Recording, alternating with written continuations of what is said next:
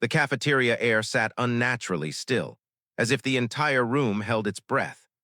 Sunlight poured through tall glass windows, spilling across rows of polished tables where students in neatly pressed uniforms whispered behind their hands. Their eyes weren't on their food anymore. They were fixed on the small girl standing alone near the center of the room, shoulders tight, fingers pressed together as if trying to hold herself in place. Her expression carried a quiet mix of confusion and fear, the kind a child feels when the world suddenly tilts in a way she cannot understand. Her gaze darted toward the floor, then toward the doorway, then back to the woman towering over her. The woman's face burned with a sharp, rigid displeasure. Brows arched high, jaw clenched, lips curled in a cold, rehearsed authority that had probably silenced many before. Her posture was rigid, one arm raised, palm out, cutting the air like a barrier meant to stop the child from taking even one more step. The pearls around her neck caught the light as she leaned forward with the confidence of someone convinced she was untouchable. Around them, whispers spread like wildfire, low, electrified, uncomfortable. Chairs scraped. Students leaned in. A few looked away entirely, unable to watch yet unable to ignore the simmering tension that now soaked the room. The girl's heartbeat thudded in her ears. Her breathing quickened. She couldn't understand why the room had turned against her so quickly, why she was being held in place like someone who had crossed a forbidden line. Shame rose first, hot and suffocating, followed swiftly by fear as the woman's raised hand hovered inches above her, not touching, but slicing the space with a message everyone could read. The atmosphere thickened. Even the bright cafeteria colors felt muted beneath the weight of the moment. And then, quiet footsteps echoed from the entrance. A tall man stepped through the doorway. His face hardened instantly as he took in the scene, his eyes narrowing with quiet, controlled disbelief. Something was about to break. A father had arrived, but he had no idea just how far the damage had already gone. The girl's eyes flickered briefly toward the tall man at the entrance before darting back to the cold floor. She didn't dare move. Her body held the stiffness of someone who had already spent too much of her young life trying not to provoke reactions she couldn't control. Her fingers squeezed together as if they were her last anchor, the only thing keeping her from shaking. She hadn't meant to draw attention. Every morning began with the same silent promise to herself. Move quietly, blend in, don't give anyone a reason to question why she was here. In a school where every hallway gleamed like a showroom and every student carried themselves with inherited confidence, she spent her days trying to shrink into corners that didn't exist. Her father had worked tirelessly to place her here. Late nights, early mornings, extra shifts stacked on top of extra responsibilities. He had filled out forms, attended interviews, and sat through long meetings with administrators who looked at him with polite smiles, but eyes full of calculated skepticism. He never told her about the subtle dismissals, the slow pauses, the hesitant tones, but she'd felt it. Children always feel what their parents try to hide. Still, she wanted to make him proud. Every day, she battled the sense of not fitting in. The way conversations around her paused when she walked by, the way students glanced at her uniform as if something about it didn't belong, the way teachers sometimes overlooked her raised hand, choosing safer, more familiar faces instead. Her father always reassured her, telling her she had earned her place with her brilliance, her kindness, her determination. She clung to those words more tightly than anything else. But today, something felt wrong even before lunch began. The cafeteria had been unusually quiet when she entered, voices dipping the moment she stepped inside. She tried to ignore it, tried to keep her shoulders straight the way her father taught her, but every look carried a message she couldn't decode fast enough. And then the lunch aide called her over. A curt gesture, a tightened jaw, a strange sharpness in her tone. The girl walked forward with hesitant steps, heart thumping, hoping she'd misunderstood. She hadn't. Now she stood alone in front of a room full of staring eyes, facing a woman who wielded authority like a weapon. Behind her, the footsteps at the doorway stopped. Her father had finally seen her. He came for lunch with pride, yet walked straight into the humiliation she'd tried so hard to hide. The girl's breathing tightened as the cafeteria stretched into an arena of eyes and whispers. The lunchroom supervisor, stern, unyielding, kept her arm raised, not striking but blocking. as if the child herself were a threat to the order she believed she upheld. Her expression carried a rigid certainty, the kind that came from years of being obeyed without question. Around them, the students' reactions shifted. Some leaned forward, captivated by the unfolding tension. Others shrank back slightly, sensing something deeply wrong but lacking the courage to intervene. A few exchanged glances that held more discomfort than surprise, as if this moment confirmed a suspicion they had quietly carried. The girl felt her stomach twist. She could sense the story forming in the adults' minds before anyone spoke it aloud. She didn't belong. She had crossed an unspoken boundary. She was out of place in a world that watched her more closely than it watched anyone else. Her father took a single step farther into the room, footsteps controlled, shoulders squared. His face remained unreadable, but beneath the composed surface, something sharp stirred. Confusion first, then a flicker of fear that he might discover the very thing he had always protected her from.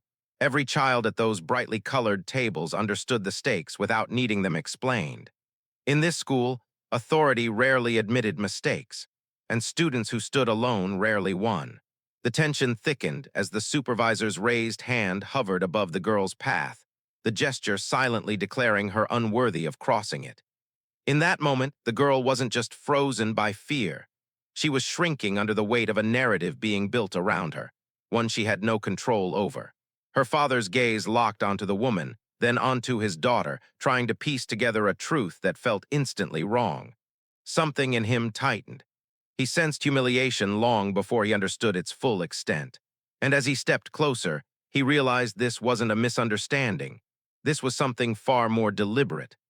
The father paused only a few steps inside the cafeteria, just long enough to absorb the atmosphere pressing against him from all sides. His face remained outwardly calm, but his eyes sharpened with a protective instinct he'd carried since the day his daughter was born. He scanned the room slowly, taking in every detail the way a person does when they sense danger without yet knowing its shape. His daughter's expression struck him first, wide, uncertain, trembling at the edges. She wasn't crying, but something in her eyes had dimmed, as if she'd learned in these few minutes to expect disappointment before hope. Her shoulders hunched inward, shrinking her small frame into something even smaller. Her hands stayed pressed against each other, fingers tense, almost pleading for comfort she no longer expected to receive. Then he noticed the supervisor. Her stance was rigid, chin angled upward with a polished confidence that didn't match the situation. Her arm remained in that unnatural barrier shape, holding the child at a distance as though proximity alone posed a problem. Her posture suggested authority, but her expression revealed something else, an irritation that had little to do with rules and everything to do with assumptions. He watched her lips tighten as she noticed him, as if recalculating her next move now that someone was witnessing what she had expected to handle in private. The slightest shift in her weight betrayed a flicker of discomfort, quickly buried beneath a practiced sternness. Around them, he saw students whispering behind hands, some avoiding eye contact entirely. A boy at the table closest to his daughter glanced at him, expression flickering with guilt, before looking away quickly, too quickly. A girl across the room stared with wide-eyed worry, then subtly mouthed something to her friend that made the friend's face go pale. The father felt something twist in his chest, not anger yet, but a deep, aching confusion. He had come here with something pure in mind, a small joy to brighten her day, a surprise that would make her smile, a simple lunch together, a quiet moment of bonding she loved so much. Instead, he found her isolated, cornered, treated like someone who had already been judged. He took another slow step forward, soft but deliberate. His daughter's eyes flickered toward him again, this time with a blend of hope and embarrassment, as if she feared he might see something she had tried hard to hide. He realized then that this wasn't the first time she had felt this way, and that realization hit harder than any visible insult. As he drew closer, he saw a small detail on her lunch tray that made everything snap into horrifying clarity. His gaze dropped from her trembling hands to the lunch tray sitting on the table beside her. At first, it looked ordinary, plastic, scratched at the edges, the same color as every other tray in the room. But then he saw what the supervisor was pointing at, the thing she seemed to be using as justification for her rigidity. A small meal ticket lay beside the tray, It was crumpled slightly, edges softened from being held too tightly. His daughter must have carried it with care, afraid of losing it. The ticket should have been enough for her lunch, just like every other child's. But a bright red mark slashed across the top, the kind of mark used when something had been disputed, rejected, or flagged. The father felt his breath catch for a moment. His daughter stood frozen not because she'd misbehaved, not because she'd broken a rule, but because someone had decided she didn't deserve the same treatment as everyone else. Her face told the rest of the story. She hadn't understood the accusation. She hadn't even been told what accusation had been made. She was simply stopped, questioned, put on display. Her body language said more than words could have. Shoulders collapsed inward, knees slightly bent as if wanting to run. Chin tucked down to hide the shame she couldn't voice. A child trying desperately to appear smaller so the situation might shrink with her. The supervisor's posture remained unwavering, hand suspended above the tray, finger aimed at the ticket like a weaponized detail. Her eyes locked onto the father's with a firmness that suggested she believed she was doing something righteous, something justified. But the father could see the edges of uncertainty hiding beneath that confidence. A micro-flinch at the corner of her mouth, a brief tightening around her eyes. She hadn't expected him to show up. She hadn't expected anyone to question her judgment. The room absorbed the tension, thickening with every second. Even the clatter of utensils had gone still. Students watched with the uneasy anticipation of children who understood, through experience, that authority rarely backed down, especially when challenged. The father's heart sank as understanding washed over him. This wasn't about a ticket. It was about who the ticket belonged to. A quiet, heavy fear settled over him. Fear not of what had happened, but of what else might have happened before today without him ever knowing. He straightened his posture, breath steadying as instinct shifted inside him. They had crossed a line. And as he looked up at the supervisor again, he caught a subtle exchange between her and another staff member, one that hinted this wasn't an isolated incident at all. The father's eyes lifted from the marked ticket just in time to catch a fleeting moment the supervisor hadn't meant for him to see. Another staff member, an aide standing near the milk dispenser, made brief eye contact with her. It was quick, almost instinctive, but packed with a silent message. The aide's brows tightened. Her lips pressed into a thin, uneasy line. Then she looked away as if distancing herself from whatever came next. The supervisor stiffened at that tiny exchange. Her shoulders straightened, chin lifting in a defensive tilt. It was the posture of someone suddenly aware they were being watched, not just by a parent, but by someone who might question how this situation had escalated so quickly. The father noticed everything. His daughter stood in the same spot, breathing shallow, feet glued to the floor. Her expression now hovered between confusion and quiet desperation. She didn't understand the adult politics unfolding around her, but she felt its weight pressing down all the same. Her fingers twisted together, pulling at her sleeves like she wanted to fold herself into them. Her father took a slow step closer, his presence shifting the atmosphere around them. Students turned in their seats, uncertain whether this moment would explode or implode. The cafeteria lights felt harsher now, casting sharp reflections on the polished floor, amplifying every movement, every breath. The supervisor lowered her raised hand at last, but not out of kindness, more out of calculation. Her posture remained taut, as if she needed to assert authority simply to maintain control. She placed one hand on her hip, the other hovering near the tray like she was guarding evidence. Her voice, though still unsaid, hung in the air through her posture, silently insisting she was right. But cracks were forming. The aide near the milk dispenser shifted uneasily, glancing at the father again. A pair of students exchanged nervous looks. The custodian at the far corner paused sweeping, pretending to focus on his broom while watching the scene from the side. People were noticing inconsistencies, and the supervisor knew it. The father inhaled slowly, grounding himself. He didn't rush, he didn't raise his voice.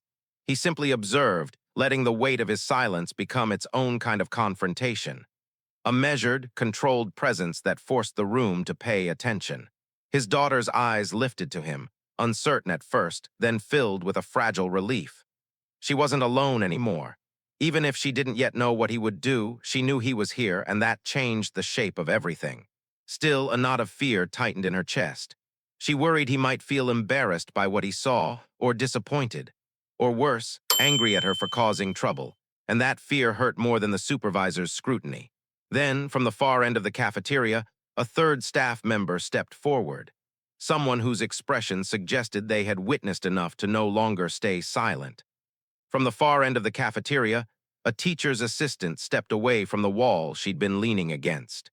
Her movement was small, almost hesitant, but it disrupted the room like a quiet ripple spreading across still water. She carried a tray in one hand, though it hung slightly off balance now, as if her focus had shifted completely. Her expression revealed more than words ever could. Concern tightened the corners of her eyes. Her posture leaned forward, weight shifting onto the balls of her feet, a subtle sign that she was preparing to intervene, even if she wasn't sure how much authority she had to stand on. The supervisor noticed her immediately. A flicker of irritation flashed across the supervisor's face, quickly masked by a practiced neutrality. Her spine stiffened. Her shoulders rose an inch higher. She angled her body slightly, as if shielding the ticket from any outside eyes, creating a physical barrier around her decision. But the assistant still moved closer. The father observed both women carefully, absorbing the dynamics in the room with a clarity sharpened by protective instinct. His daughter remained motionless beside him, eyes shifting nervously between the adults. Her breathing grew uneven, as if she sensed another wave of tension building. The assistant set her tray down on a nearby table, freeing her hands. Her movements were slow, deliberate, almost cautious, as though she was aware she was crossing an invisible line.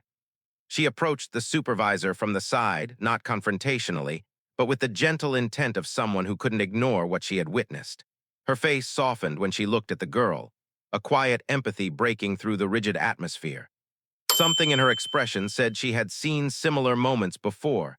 Small injustices brushed aside, whispered about in staff rooms, dismissed as misunderstandings that somehow always pointed in the same direction.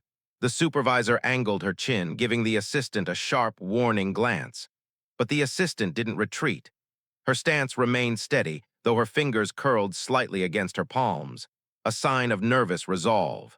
The students sensed the shift too. Their whispering slowed, replaced by a tense, watchful silence. Eyes darted between the adults, unsure who held the real power in this moment. The father stood calmly, but inside, his confusion deepened into something heavier. This wasn't just a single misjudgment. This was a pattern, one he had arrived just in time to see unraveling. The supervisor exhaled sharply, a breath that carried annoyance rather than reason. She adjusted her lanyard, straightened her blouse, and braced herself as if preparing to defend her position. But the assistant's presence had already unsettled the foundation she stood on. Something was shifting. And just as the assistant opened her mouth to speak, the cafeteria doors swung open again, this time with someone the supervisor clearly hadn't expected to walk in. The cafeteria doors opened with a firm sweep, the sound echoing across the room like a crack of tension splitting in two. Every student instinctively straightened. Even the ones who'd been whispering froze mid-breath. The father's eyes shifted toward the entrance, steady and alert. An administrator stepped inside. Not the principal, someone lower on the chain, but high enough that staff adjusted their posture the moment they saw her. Her expression was composed but watchful, the kind of neutrality worn by someone who dealt with problems quietly, efficiently, and often. Her gaze moved across the room with a practiced sweep before settling, just briefly, on the girl. Something softened in her eyes, a tiny shift that only someone paying close attention would notice. Then she scanned the supervisor, noting her rigid stance, elevated chin, and the defensive angle of her shoulders. The air tightened. The supervisor subtly repositioned herself, folding her arms in an attempt to appear justified rather than cornered. Her jaw tensed, and she shifted her weight to one side, preparing to present her version of events with authority. But the father noticed a tremor beneath that composure, a flicker of uncertainty breaking through the confidence she had clung to until now. The assistant who'd stepped forward earlier froze when she saw the administrator, but relief washed briefly across her features. Her shoulders dropped half an inch, releasing tension she'd tried to contain. She was no longer the only one willing to confront what was happening. The administrator approached with slow, measured steps, taking in every detail: the crumpled lunch ticket, the girl's trembling hands, the supervisor's rigid defensiveness, the father's quiet, controlled presence, the uneasy silence gripping the students. She didn't speak immediately. Instead, she paused beside the table, her face angled so each person felt seen and accountable. Her neutrality was steady, but her eyes sharpened with a depth that suggested she knew exactly what patterns looked like, and exactly how often they went unnoticed until someone showed up at the wrong moment. Or the right one. The girl's breathing hitched. She didn't know whether this new adult represented safety or another layer of judgment. Her body remained tight, as if bracing for yet another blow she wouldn't understand. Her father kept his stance calm, but inside something deepened. He watched the administrator carefully, reading her expression, searching for signs of fairness or bias. He didn't want escalation. He wanted truth, clarity, safety for his daughter. The supervisor attempted to regain control, lifting her chin and adjusting her badge as if preparing to justify her actions before anyone questioned them. But the administrator's steady gaze made that confidence wobble. Students leaned in again. Even the custodian paused his sweeping. The room had shifted. The father felt it. The supervisor felt it. And the girl, for the first time, sensed a fragile possibility, one she didn't dare fully trust. Then the administrator's eyes landed on a second red mark beneath the ticket, one the supervisor had tried to cover with her hand. The administrator's gaze narrowed as she spotted the second red mark, smaller, faintly smudged, but unmistakable. It peeked out from under the supervisor's hand like a truth struggling to breathe. Her eyes lingered on it for a long, silent moment. The atmosphere in the cafeteria dipped again, settling into an uneasy stillness. The supervisor shifted subtly, adjusting her stance to shield the mark farther. A tiny movement, almost invisible to children, but glaringly obvious to adults who understood what people did when they had something to hide. Her fingers curled slightly inward, as if clinging to the last fragment of her narrative. The father saw it. The assistant saw it. Even a few students exchanged faint, knowing glances. The girl's eyes followed the administrator's line of sight. When she noticed the second mark, her expression flickered with something painful: recognition. She knew what it meant. She had seen marks like that before. Quiet rejections, silent exclusions, the kind that didn't come with explanations, only consequences. Her shoulders slumped just a little more. The administrator straightened, her posture shifting into something firmer, more investigative. She didn't speak. She didn't need to. Her silence carried scrutiny, heavy and unmistakable. It made the supervisor swallow hard, her throat tightening visibly. The father felt a cold heaviness settle into his chest. If there was a second mark, how many more had there been? How many moments of quiet embarrassment had his daughter endured alone? How many times had she brushed off her sadness with a brave smile because she didn't want to worry him? He stepped closer, not aggressively, but with a steady, grounded presence that made the space around him tighten. His daughter looked up with wide, uncertain eyes. Something in her gaze pleaded for reassurance, but also braced for disappointment. She didn't want him to see her like this. The assistant took another cautious step in as well, positioning herself near the administrator. Her expression carried a quiet conviction now, emboldened by the presence of someone with more authority. She stood with her hands loosely clasped, as if preparing to finally say what had been tucked away behind closed doors. The administrator lowered her eyes to the ticket again, tracing the second mark with a slow, deliberate gaze. She inhaled deeply, a controlled breath filled with unspoken understanding. This wasn't a misunderstanding. This wasn't a one-time error. This was a pattern directed at a child too kind, too quiet, too trusting to question why certain marks kept appearing next to her name. The students sensed the shift. A quiet murmur spread through the room, softer than before, more thoughtful. The custodian's broom stopped mid-sweep. Even the fluorescent lights seemed to hum quieter, as if waiting for the next move. The supervisor's confidence began to crack at the edges. Her stance stiffened unnaturally, her jaw tightening as she avoided the father's eyes. She was no longer controlling the narrative. She was reacting to it. And the father felt a new emotion rising beneath the confusion and hurt.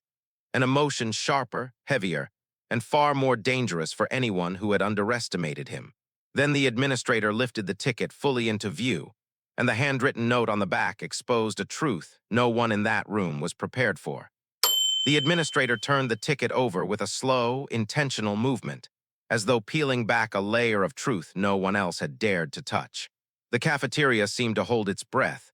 Even the hum of the ventilation faded beneath the weight of that small, deliberate action. On the back of the ticket, written in rushed handwriting, was a short note, just a few words, a quick remark, a label disguised as protocol, but its meaning hit like a blow. The administrator's eyes tightened.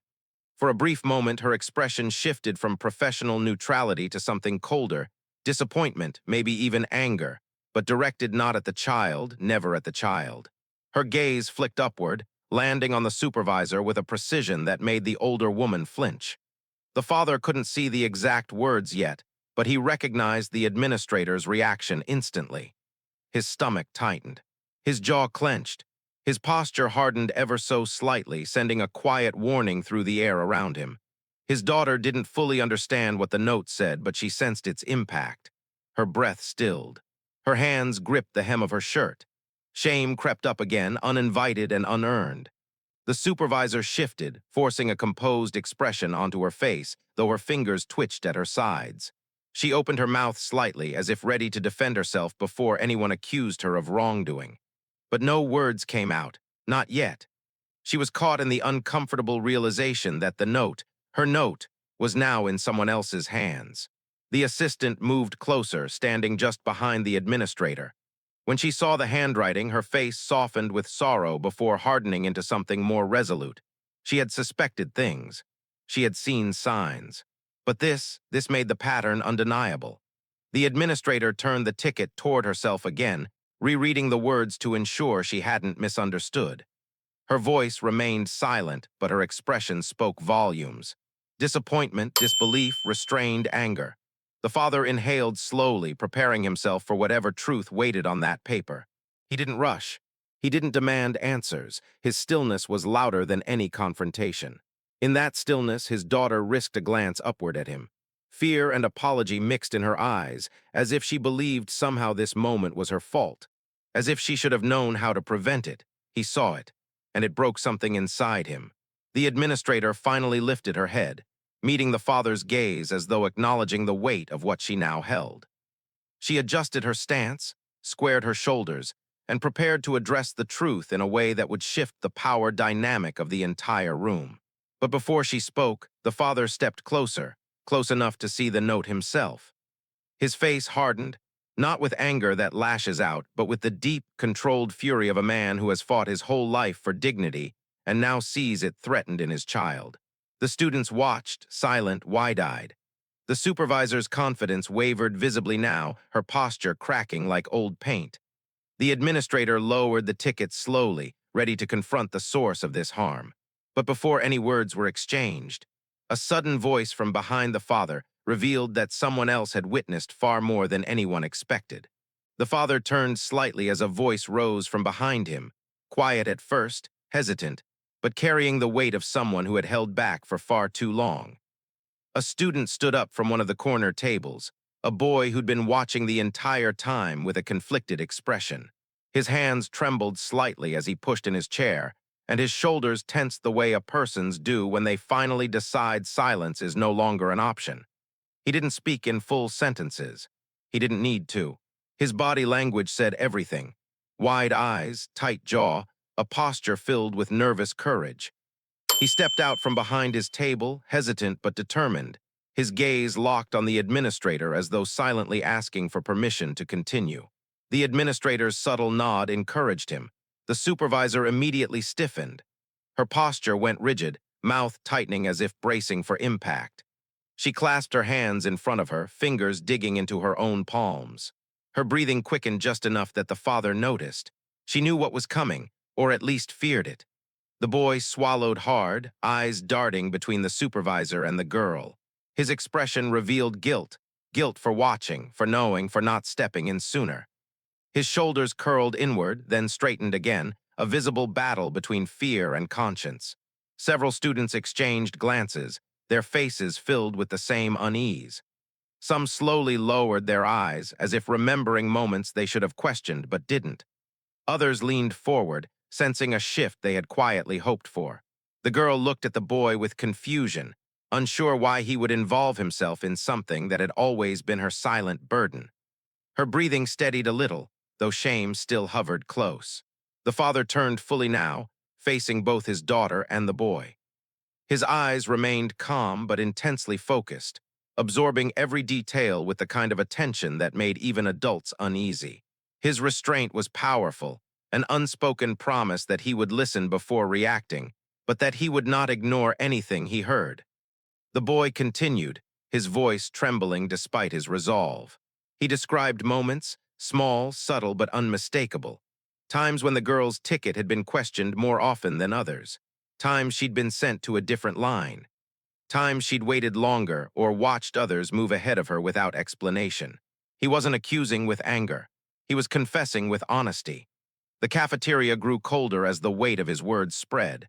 Every detail, delivered with hesitant sincerity, formed a mosaic of quiet prejudice, a pattern so consistent it no longer looked like coincidence. The assistant's hands tightened around each other. She closed her eyes briefly, as if finally hearing aloud what she had suspected but couldn't prove. The administrator's expression changed again, controlled, but now undeniably sharper. She processed the boy's testimony with slow, measured breaths, each inhale tethered to growing disappointment.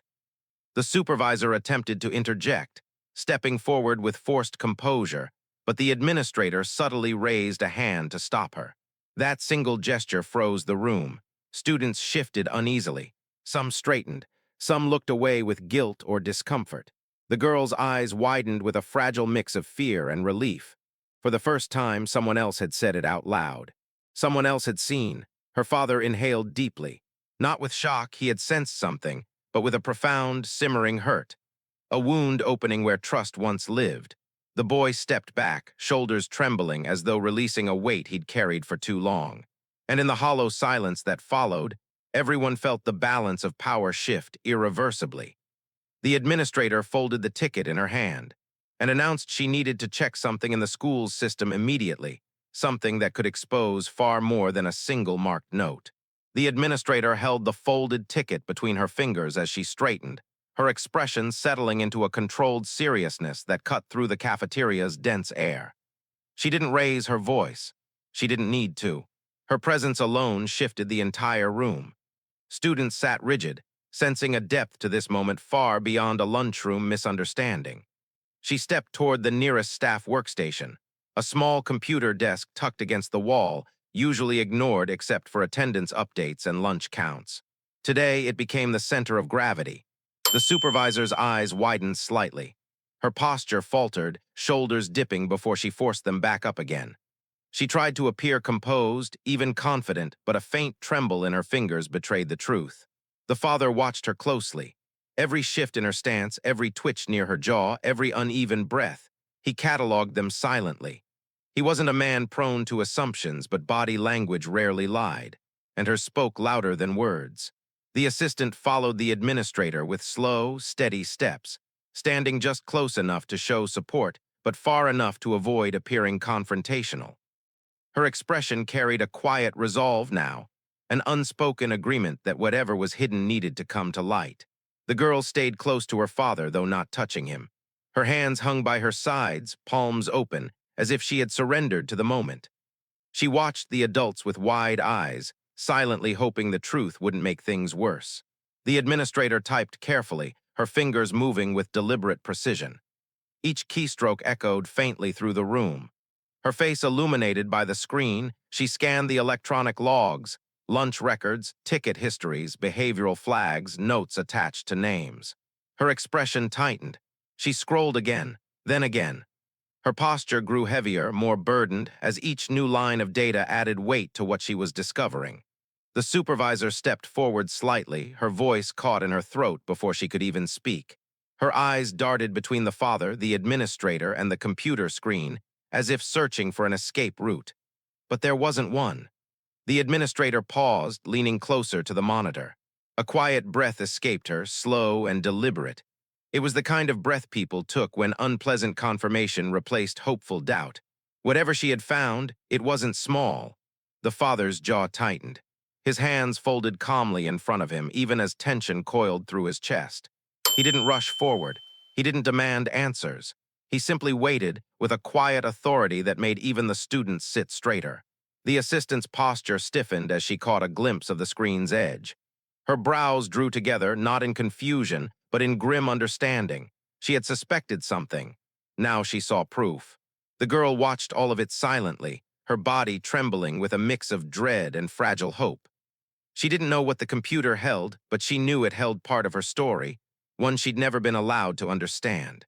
The administrator slowly straightened, turning just enough so her expression was visible to the room. The controlled professionalism remained, but beneath it lay something unmistakable, a quiet outrage tempered by responsibility. Her gaze lifted to the supervisor, and the cafeteria fell into total, breathless silence. And when the administrator finally spoke, her first words made the supervisor's face drain of color, because the logs revealed a pattern far worse than anyone in that room had imagined. The administrator held the printout in one hand, the paper trembling slightly, not from fear, but from the sheer weight of what it revealed. Her eyes traced the names, dates, and notes again, as if hoping she had misread them. But the evidence was too clear, too consistent, too deliberate. The cafeteria felt colder now. Students leaned forward, breath shallow, sensing the shift from confusion to truth. Even the hum of the overhead lights sounded sharper, like the room itself was listening. The supervisor stood frozen, fingers clasped tightly together, the color draining slowly from her face.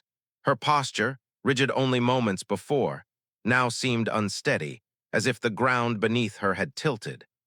The administrator stepped forward, holding the pages subtly angled so the father could see the edges without yet revealing every detail.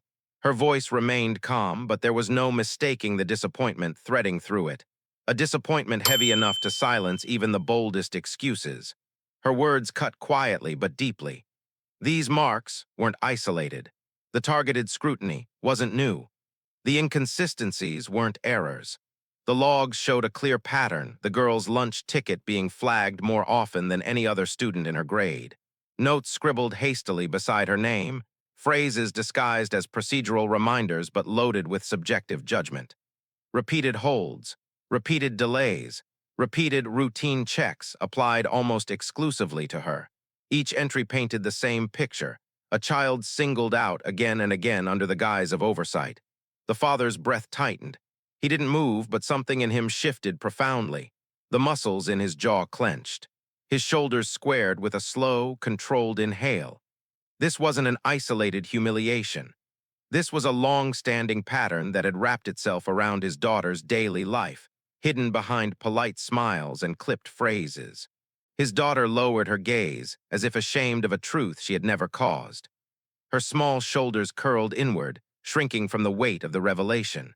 She had believed every slowed line, every extra question, every uncomfortable pause was somehow her fault.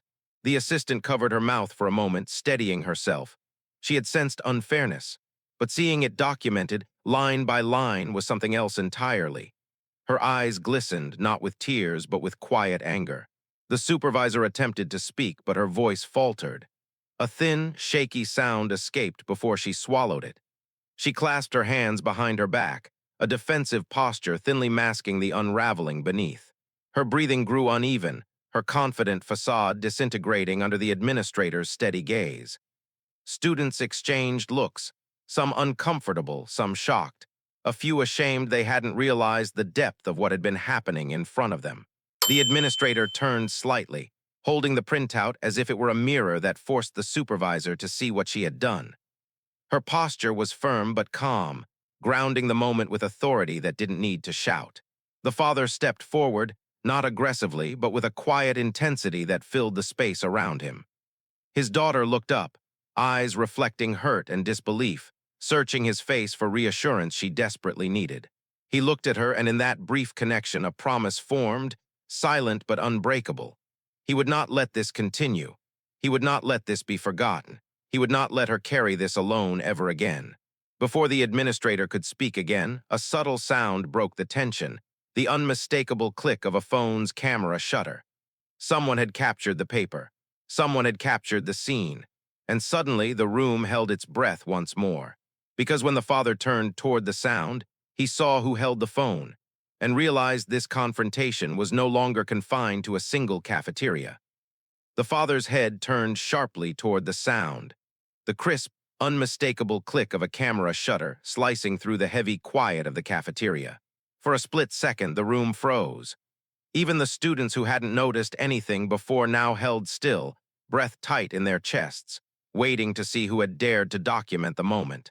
Standing near the back, a student older than the rest, perhaps part of the multimedia club, held a phone lowered to chest height. Not sneaky, not shameful, steady, intentional. His eyes met the father's with a mixture of nervousness and conviction, as if he knew that what he captured mattered but wasn't sure if he had crossed a line he had no right to cross. He hadn't. He had stepped into a silence adults had allowed to linger for too long. The supervisor reacted instantly. Her body jerked forward, hand half extended as if reaching to stop him, but she stopped herself too late. The movement only exposed her panic. Her face flushed a pale shade, lips tightening to hold back a reprimand she suddenly no longer had the authority to give. The student didn't lift the phone again. He didn't need to. The single photo, the marked ticket, the administrator's expression, the father's stance, the supervisor's unraveling posture told a complete story. A story bigger than the cafeteria. A story bigger than a single child.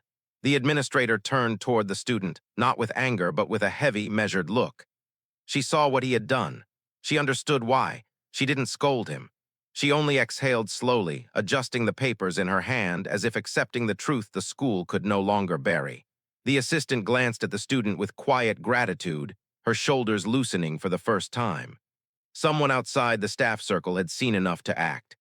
The girl, still standing beside her father, flinched when she heard the camera sound. She wasn't used to being seen, not like this. Her face tightened with embarrassment, her eyes darting downward. She feared becoming the center of attention, feared being the reason trouble erupted. But she also sensed something shifting, an invisible weight lifting from her shoulders as others stepped forward in ways she never imagined. The father didn't move toward the student. He didn't demand the photo be deleted. He only held the boy's gaze for a moment, a silent acknowledgement that went deeper than words. A quiet thank you, a recognition of courage. Then he turned back toward the supervisor. Her composure had shattered entirely now. Her legs stiffened to keep her upright. A sheen of sweat gathered at her hairline. Her eyes flicked desperately between the administrator and the father, scrambling for an explanation, a defense, anything that might undo what the system logs and that single photograph had made undeniable. But there was no undoing it. The administrator lowered the printout slowly, her posture shifting into a stance of decisive authority. What she had tolerated as a possible misunderstanding was now a documented pattern, with a witness, a confession, and photographic proof. The girl stood smaller than ever, but for the first time she wasn't alone in the spotlight. The truth now surrounded her like a shield instead of a weight. Students whispered softly, the tone different now, not gossip but recognition. Realization. The moment when observers finally understand they had been walking past injustice without ever naming it.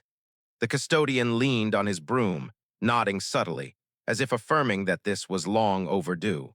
The supervisor tried to speak again, but the administrator raised her hand, a quiet, firm command for silence. Everything was shifting. Everything was unraveling. Everything was finally being seen. And as the administrator prepared to speak, a new figure appeared in the cafeteria doorway, someone with the authority to decide what happened next. A tall figure stepped into the cafeteria doorway, and the entire room shifted as if gravity itself had changed direction. Conversations died mid-whisper. Chairs froze, even the air stilled. The principal entered with a steady, grounded presence, neither rushed nor dramatic, but unmistakably authoritative. His expression was calm, almost unreadable. But his eyes scanned the room with a depth that suggested he already sensed something was wrong long before stepping inside. Perhaps the administrator had alerted him silently. Perhaps he had seen the tension from the hallway. Or perhaps he recognized the kind of stillness that only forms when truth stands on the brink of exposure.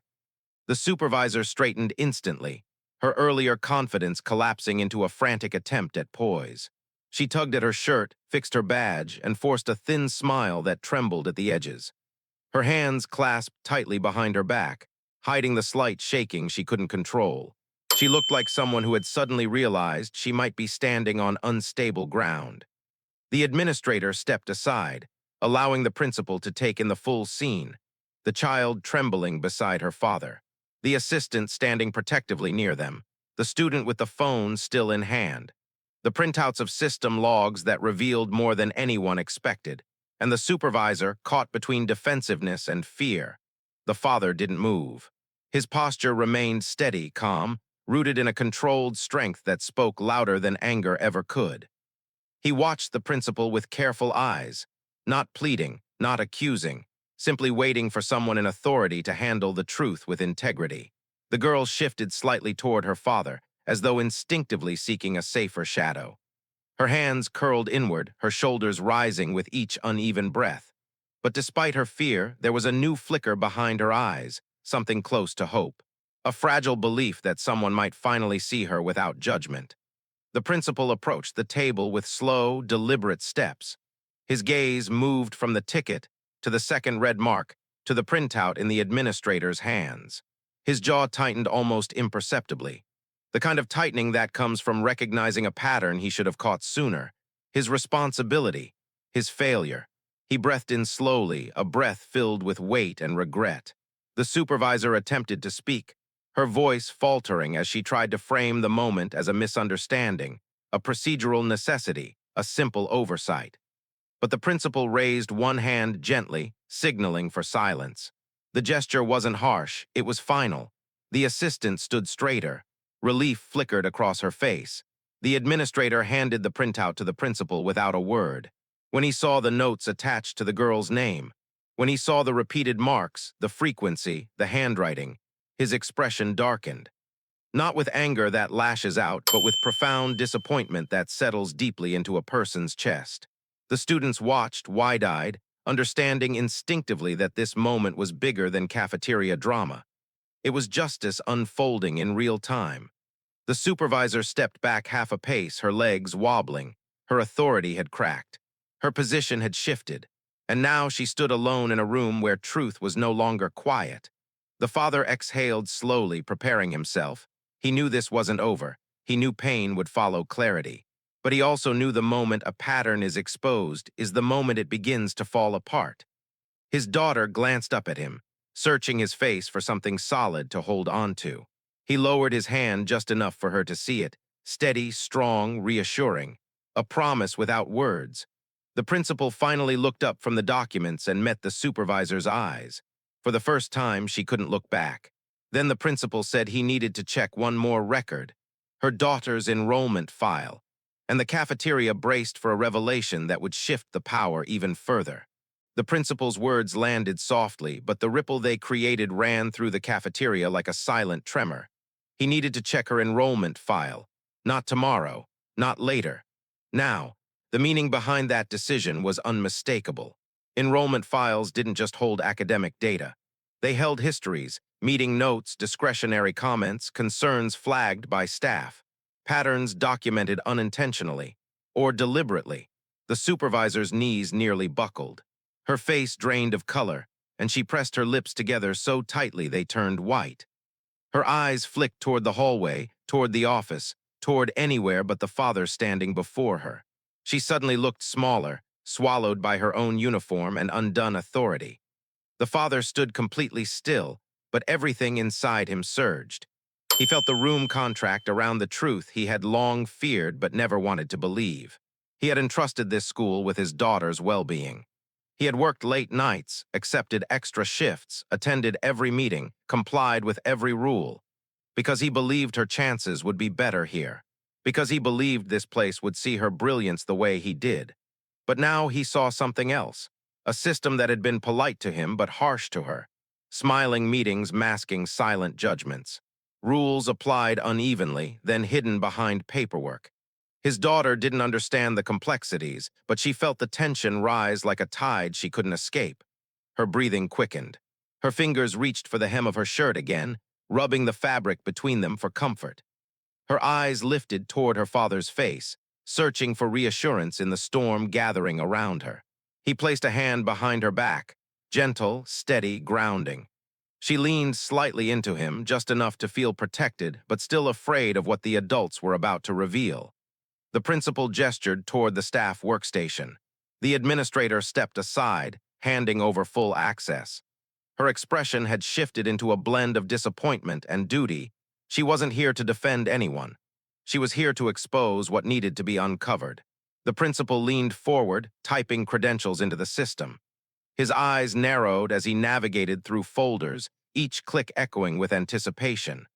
The supervisor fidgeted behind him, unable to stand still.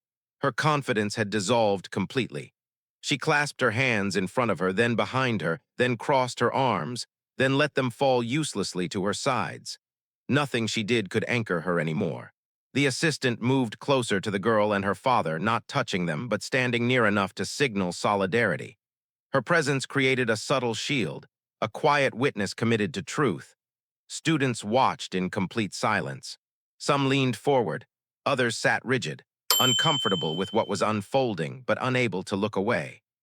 The custodian stepped closer too, broom held against his shoulder, eyes filled with the kind of weary knowing that comes from years of seeing things that should have been addressed long ago. Then the principal paused. His face changed, slightly at first, then unmistakably. His brows drew inward, his lips parted in a quiet breath. His shoulders lowered a fraction, as though the file in front of him confirmed something he wished wasn't true. He clicked another tab, scrolled, stopped.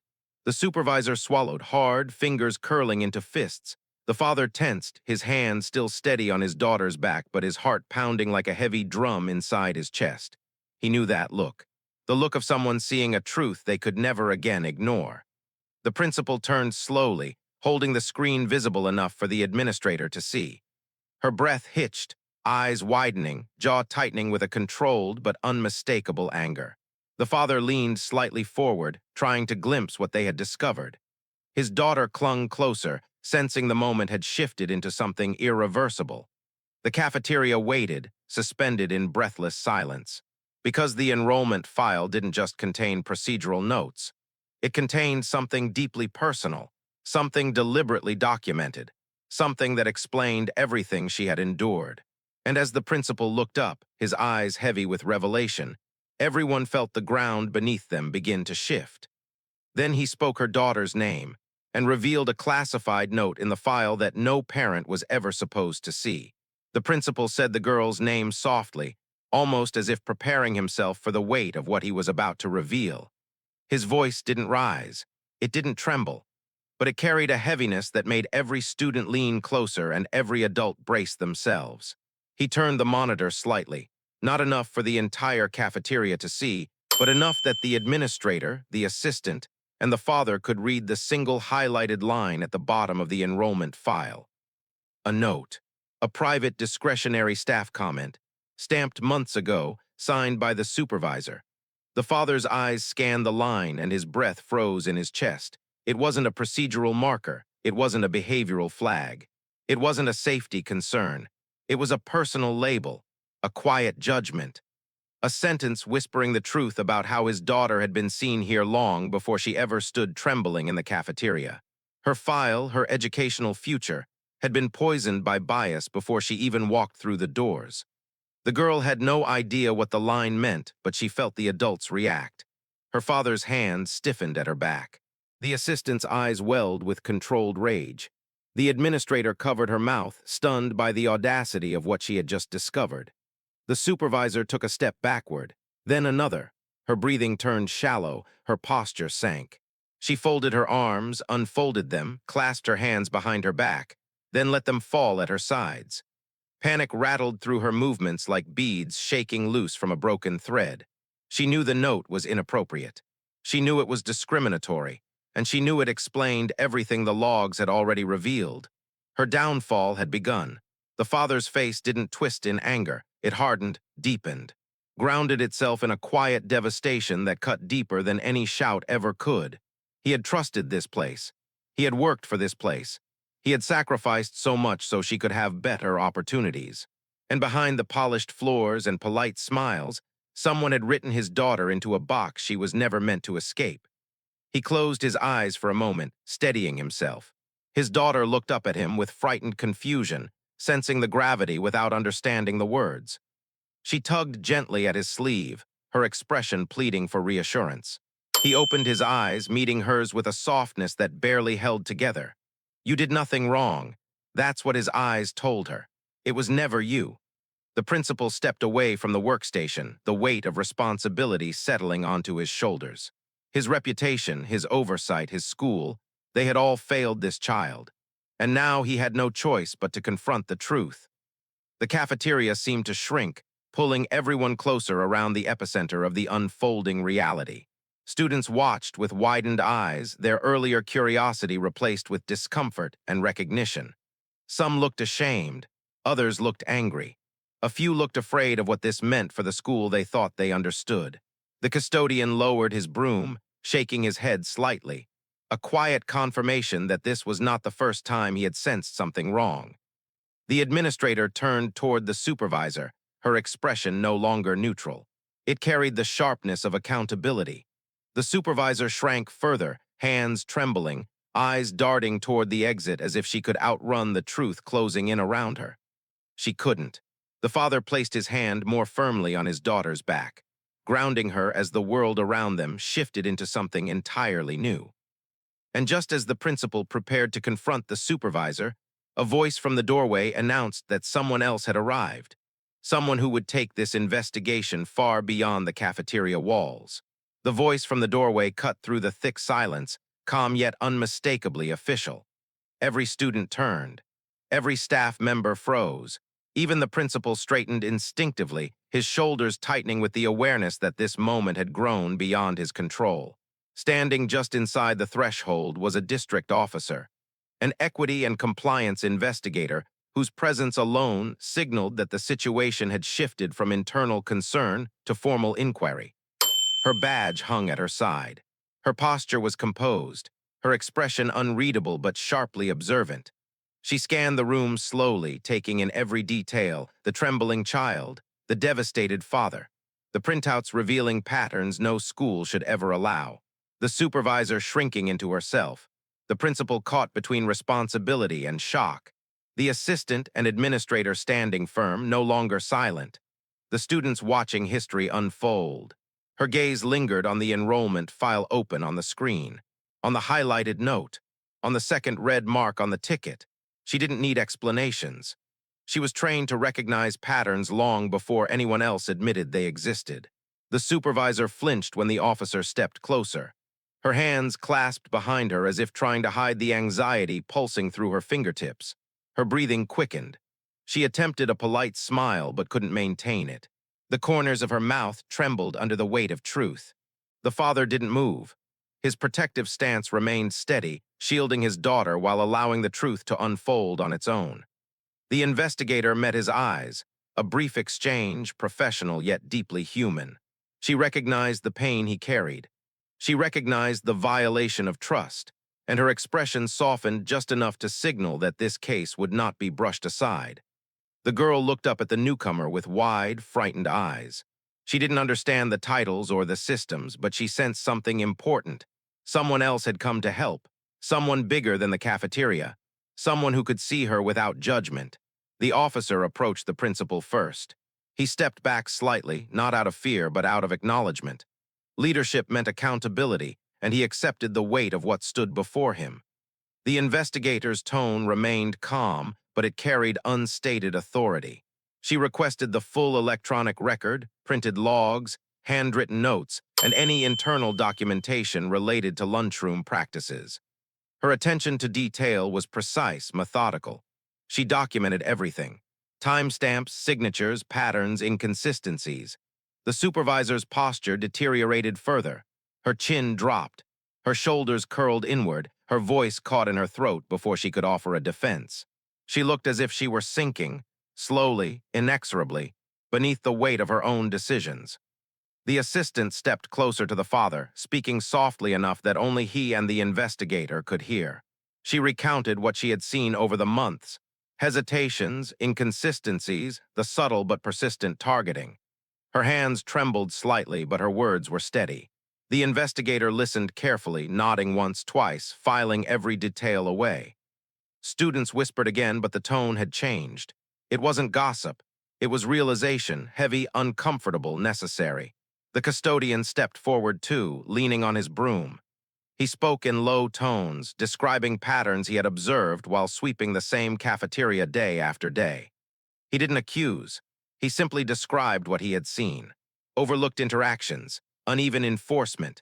A tone, a look, a pause. The truth grew larger, fuller, unavoidable. The father's daughter pressed closer against him.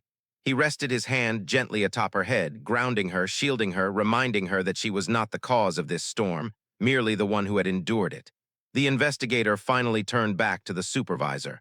Her voice was quiet, but the meaning behind it cut sharply through the air. There would be an inquiry, a suspension, a full audit of practices, a review of staff training and oversight. Consequences were no longer hypothetical. Her authority had collapsed. The supervisor sank into her own silence, no longer able to stand behind her facade. The father inhaled slowly, a deep breath tinged with exhaustion, fragile relief entangled with deep sorrow. Today had exposed more than he ever imagined, but at least now the truth was no longer his daughter's burden to carry alone. And then the investigator asked for something unexpected, an interview with the father and daughter immediately, revealing she had reason to believe this incident connected to something far bigger within the district. The investigator's request settled over the cafeteria with a different kind of weight, quiet, deliberate, unmistakably serious. An immediate interview, not later, not scheduled. Now. Her tone wasn't harsh, but it carried a clarity that made every adult in the room straighten instinctively. The father nodded slowly, his expression steady even as an unease curled in his chest. He had expected accountability for today. But something bigger, something beyond this school? The thought tightened every muscle in his body. He kept one hand resting firmly on his daughter's shoulder, grounding her as she clung to the sleeve of his jacket. The investigator gestured toward a nearby conference room. But before they stepped away, she paused, her eyes scanning the cafeteria again, absorbing the dynamics, the reactions, the silent testimonies reflected in posture and expression. She wasn't just collecting facts. She was reading the culture of the space. The principal followed her gaze, his own face shadowed with regret. He realized now that the problem had never been isolated to a single ticket or a single lunch hour. It had been embedded deeper, baked into routines, assumptions, unchecked behaviors, and he had missed it. The responsibility pressed on him like a stone, heavy and unavoidable. The supervisor stood off to the side, shrinking further into herself. Her hands shook so visibly now that she clasped them behind her back to hide the tremor. Her eyes glistened, not with remorse, but with the dread of consequences closing in. Her role, her authority, her years of habit, they were unraveling in front of everyone, and there was nowhere left to stand. The assistant approached the girl gently, offering a small, reassuring smile before stepping back.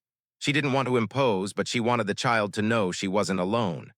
The girl offered a timid nod in return, fragile, uncertain, but grateful.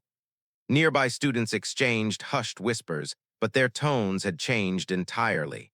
Gone was the earlier curiosity. Instead, they looked shaken, some by the injustice revealed, others by the realization that they had witnessed pieces of it long before today and never understood what they meant. The custodian stepped closer to the investigator as she prepared to leave the cafeteria. In a low voice, he mentioned something, a detail from last year, a moment he had brushed off at the time. The investigator listened carefully, her expression tightening just slightly. Another mark, another child, another incident, a pattern, but this one wasn't recorded in the enrollment system. The father watched the investigator's eyes sharpen as she made a note. His heart pounded harder now, not just for his own daughter, but for whatever other children might have felt the sting of quiet discrimination, alone and unsupported. The investigator turned back to him and spoke softly, her voice carrying a gravity that made the room still once more. Her team had been monitoring concerns across multiple campuses, complaints that seemed small in isolation, patterns that had been hard to prove. But today, What happened to his daughter fit perfectly into the structure of something they had been trying to uncover. The father felt a chill run through him. His daughter's experience was horrific enough on its own. But knowing she might be part of a larger trend, that other children had endured similar treatment, deepened the ache in his chest. His daughter squeezed his hand tightly, as if sensing even without understanding that this moment belonged not just to her, but to many. The principal's voice broke the silence, quiet and burdened. He apologized, not the shallow kind, but the kind that comes from a place of deeply felt failure. He promised transparency. He promised corrective action. But the investigator's posture made it clear. This matter no longer rested in his hands.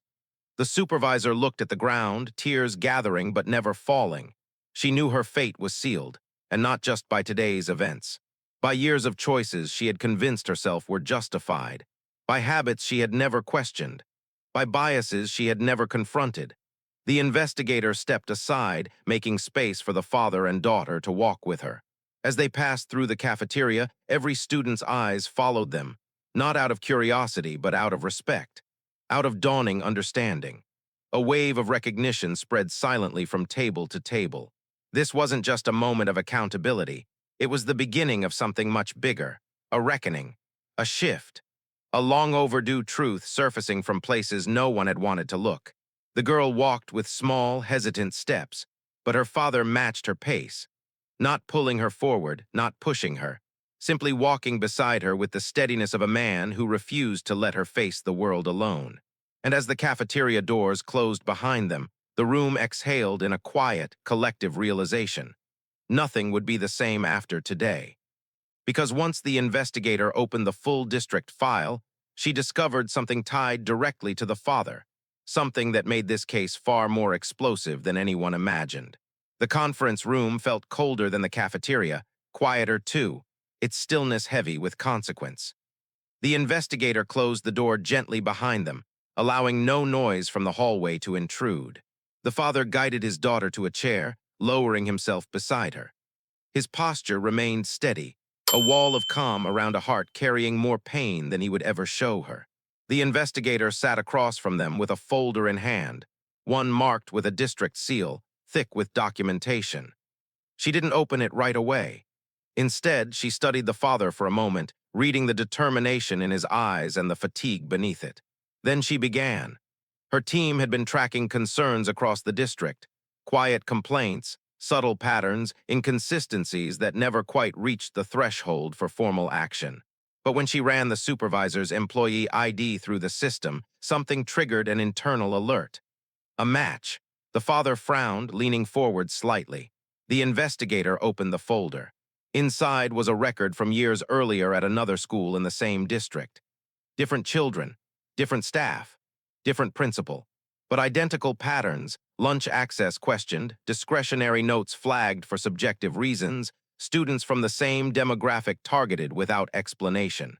The same supervisor had been spoken to, warned informally, redirected, yet never formally disciplined. It was a trail. And today, his daughter had become the most recent point in that pattern.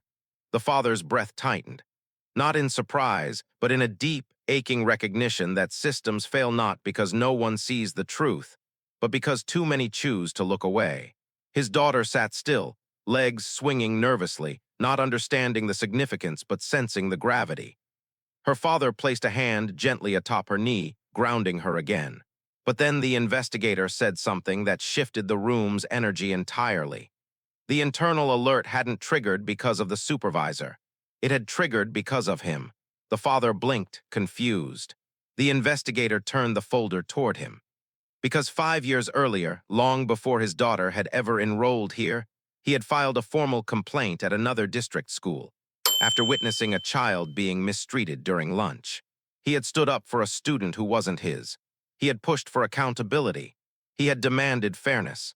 And his complaint had quietly initiated the very monitoring program the investigator now led. He didn't remember the bureaucratic details. He hadn't known what happened afterward. He had simply seen a child in pain and refused to walk away. Now, without realizing it, he had walked into the middle of the very system he once helped build. His daughter looked up at him with wide, astonished eyes. She didn't know the full story, but she understood enough. Her father had always been someone who stood up for others, even when nothing changed. The investigator leaned forward. Today, she said, would change things. For the first time, there was documentation, corroboration, historical patterns, student testimony, staff confirmation, parental involvement. And now, evidence that the district had overlooked warning signs tied to the same supervisor across multiple campuses. This was no longer a disciplinary issue. It was a systemic failure. And the father, without planning to, had become the key witness in a district-wide corrective action review. As she spoke, he felt a strange weight lifting. Not joy, not relief, but a quiet strength settling into place. His daughter wasn't just a victim of the system. She was the moment the system finally stopped pretending nothing was wrong. The investigator explained what would happen next. The supervisor would be removed pending full investigation. The principal would oversee emergency corrective reforms. The district would launch a comprehensive audit. Training would be rewritten. Policies would be updated. And the family would be invited to participate in the oversight committee. His daughter's experience would become the catalyst for change, not just for her, but for every student like her. The girl leaned into her father slightly, resting her head against his arm. Her small gesture, tender, trusting, broke something inside him. Not the pain, but the silence he had carried for years. He placed a hand gently around her shoulders. Outside the conference room, the cafeteria hummed with subdued conversation, students trying to understand what they had just witnessed. Staff whispered in the hallway, certainty shaken. The principal stood alone near the window, staring at a future he now had to rebuild. And the supervisor sat in the office, no longer guarded by authority, her world collapsing under truths she could no longer hide from. The father rose slowly, taking his daughter's hand as the investigator stood too. The weight of the day had not disappeared, but its purpose had changed shape. It was no longer just a story of harm. It was now a story of reckoning, a story of truth made visible, a story of a child's quiet suffering becoming the spark for transformation. As they stepped out of the room, students turned to watch them pass, not with whispers, not with pity, but with respect. The girl walked a little taller this time. Her father matched her stride. And for the first time that day, the tightness in his chest eased, not because justice was complete, but because justice had finally begun. And as they exited the building, the father's phone vibrated. An unexpected message from the district attorney's office, proving that this story was far from over.